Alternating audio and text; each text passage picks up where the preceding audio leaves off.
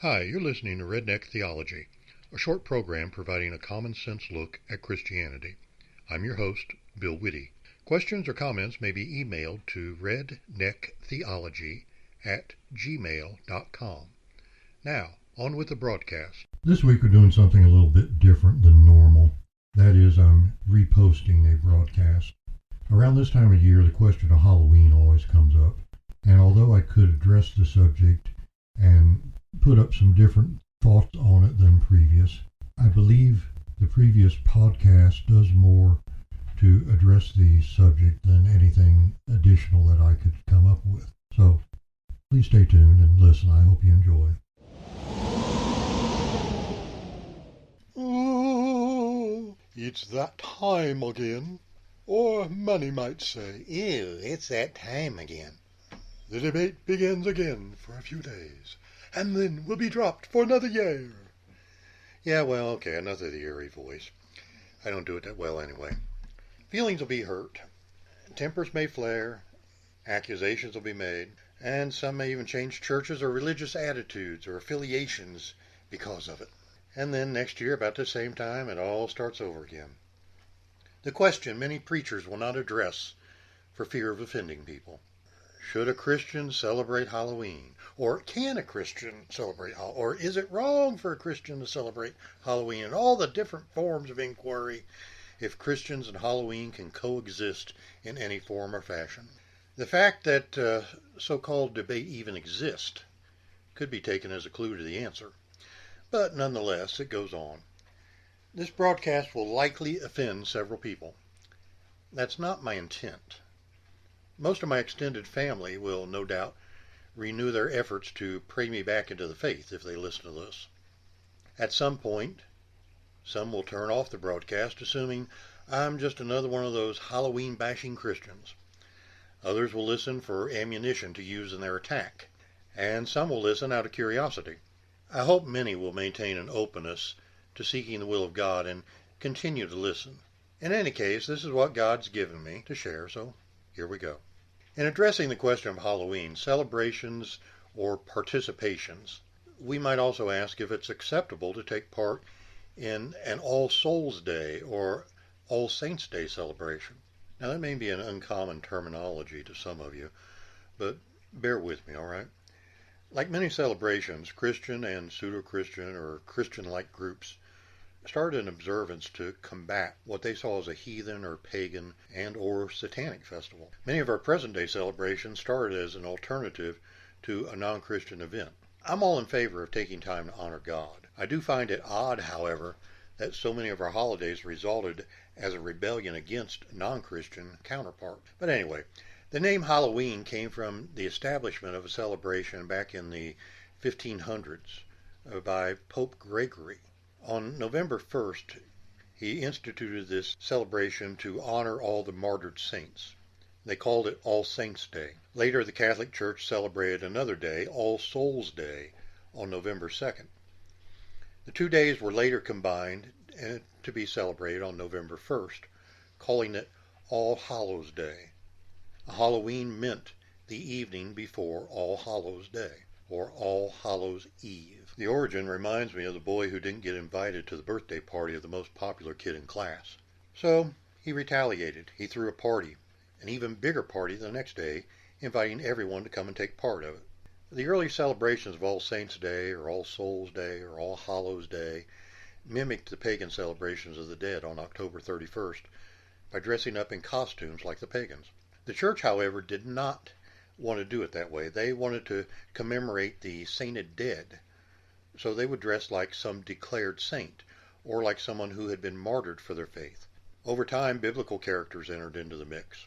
With the feasting and celebrations, it was hard to distinguish between the pagan and the Catholic forms of celebration in time. Now, granted, originally the feasts were drastically different. They had sacrifices. They were different in how the celebrations addressed the deity. But over time, the Catholics began to take part in the non-offensive trick-or-treat and costume parties, and then they began to celebrate a Mass the next day for the sainted dead. Many Christians wanted nothing to do with the Catholic Church or their feast, but they didn't want themselves or their children to miss out on the celebrating. Since Halloween no longer was celebrated by much of the world as a pagan feast, at least not outwardly, but it was more of a night of fun and frolicking, and it seemed all right to participate and dress up in some disguise. Sure, there was some evil associated with it. There were times that bad things happened on that night, but it just didn't seem that bad because it wasn't happening that often, and it wasn't really being associated with evil so much anymore. Over time, though, more dark and scary costumes came into vogue, along with the idea of embracing some of the dark aspects of the original festivals. Graves, ghosts, monsters, evil beings, walking dead, vampires, all sorts of scary icons were added back into it. And although the church fought against it for years, more and more members took part in the fun part of it. It was only one night a year. They didn't celebrate it as an unholy feast, and they didn't want to be oddballs either. Churches even started having their own celebrations with candy, and some would dress up as biblical characters and have games, and it was all to offer an alternative. In a way, it kind of seemed like history repeating itself. Today, many Christians, the pseudo-Christians, the Christian-appearing groups, rationalize that participation in Halloween is all right by saying that they're not celebrating the darker side or meanings of the holiday's origin. By the way, if you're interested in its origins, simply Google Halloween origins to see the history. Modern-day witches who call themselves good witches or white witches even dispute the original pagan festival called Samhain. They even existed, or that the god Samhain existed. Some historians give credible evidence, though, that the celebration, complete with human sacrifices, dates back to the time of the Tower of Babel. You can find abundant history easily by just researching it like I suggested. But anyway, not to get too far off topic, since they don't participate in the darker side or seek communication with the dead or dress in dark costumes, a lot of Christians feel it's just a fun time, especially for their kids. And they would be standing out from the crowd and making their children and themselves objects of ridicule by not taking part of it for religious reasons.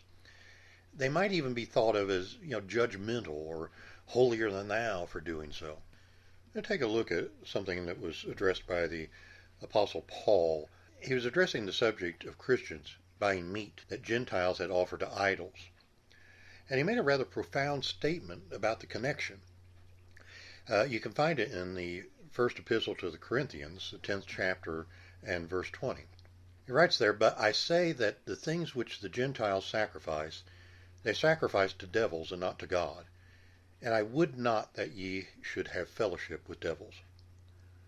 Paul made it clear Christians should not knowingly have a part of the Gentile sacrifice for the sake of not being mistakenly identified as approving of it.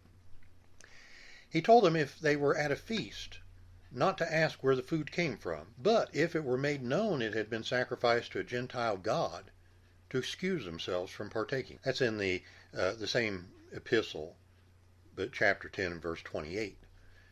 It says, "But if any man say unto you, This is offered in sacrifice to idols, eat not for his sake that shewed it, and for conscience sake. For the earth is the Lord's, and the fullness thereof." They were directed to stand out from the crowd. They might have been accused of being judgmental, but they were to separate themselves from the appearance of partaking in something unholy. Oh, wow. Did that change over the years someplace? I mean, we can look in the book of Leviticus, 11th chapter, 44th and 45th verses, 19th chapter, the 2nd verse, the 20th chapter, the 7th verse, 20th chapter, again the 26th verse, and several other Old Testament books where it says to be holy because God is holy. Now, for those that might argue, well, that's only in the Old Testament, as if it wasn't good enough for today, we could take a look in the first epistle of Peter, the 1st chapter, and verses 15 and 16, where it says, "But as he which hath called you is holy, so be ye holy in all manner of conversation, because it is written, Be ye holy, for I am holy." Now, some might argue, well, that's only one place in the Old Testament, as if God has to tell us something more than once for it to be valid. And others would say, well, Peter's referring to the Old Testament as it's, it doesn't mean it applies right now. Well, let's face it. Some just want to argue to try to justify their position, rather than accept what God says. We are to stand out from the non-Christians. The very fact that we do not participate in Halloween may open the conversation to explain the good news of the gospel with someone. It may give us the opportunity to share why we're choosing not to participate. Not that we can't, but that we're making a choice not to, and here's the reason. And that's why many Christians don't participate. I know there'll be Christians and non-Christians take offense at this. I said that in the beginning. And if you're fussing at the voice you're hearing right now, just ask yourself, why? Is it truly because Halloween is something you use to glorify God in some way?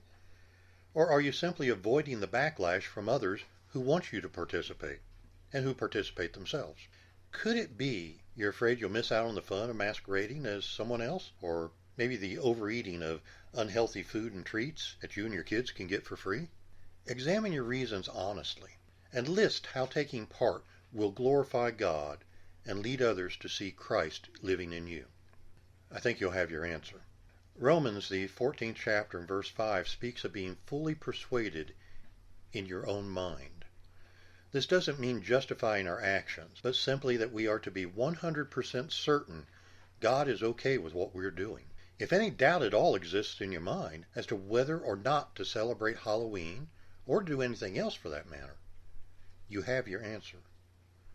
Why even take the chance of knowingly offending God? It's not that God wants us to miss out on fun.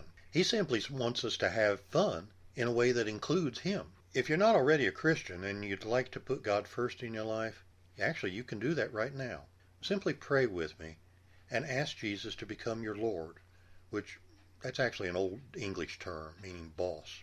If you mean the words from your heart, you can pray out loud with me right now. And I say out loud because the Bible tells us that with the mouth, confession is made unto salvation. That's in Romans 10th chapter and 10th verse if you want to look.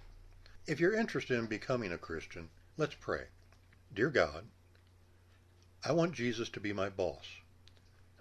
I admit I have fallen short of what you want for me. I have sinned.